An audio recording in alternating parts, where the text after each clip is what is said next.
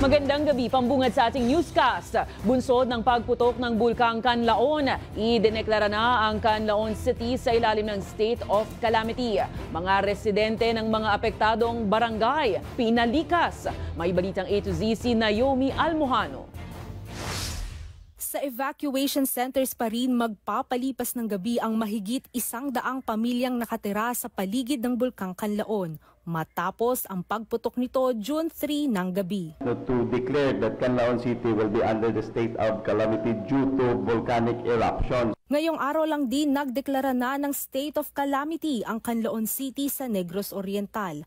Halos 40% kasi ng mahigit 58,000 na residente ng lungsod ang apektado ng volcanic eruption.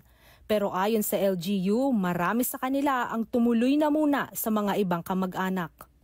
Canlaon is an active volcano. We have a magma chamber beneath this edifice, and the volcanic gas escaping the magma chamber is likely causing yung unrest. No? So if this holds, then alert level 2 will be maintained until such time that monitoring parameters significantly change. Ayon sa PHIVOLCS, bagaman nasa quiet degassing na ang bulkan, may mga naitatala pa ring mahinang pagyanig, senyales na baka masundan pa ang volcanic activities.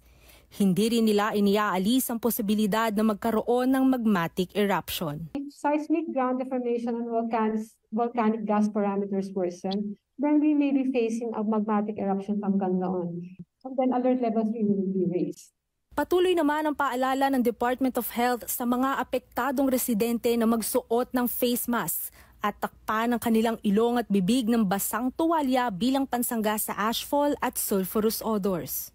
Sa harap ng kalamidad, nangako naman si Pangulong Bongbong Marcos na nakahanda ang pamahalaan na tumugon sa mga pangangailangan ng mga apektado ng pagputok ng bulkan. May 13,000 family food packs na ang nakapreposition sa Negros Island at may karagdagang 40,000 food packs at iba pang non-food items na paparating. Ang Canlaon Volcano ay itinuturing na isa sa mga pinakaaktibong bulkan sa Pilipinas na huling nagkaroon ng phreatic eruption noong December 20, 2017. Para sa Balitang A to Z, Naomi Almojano.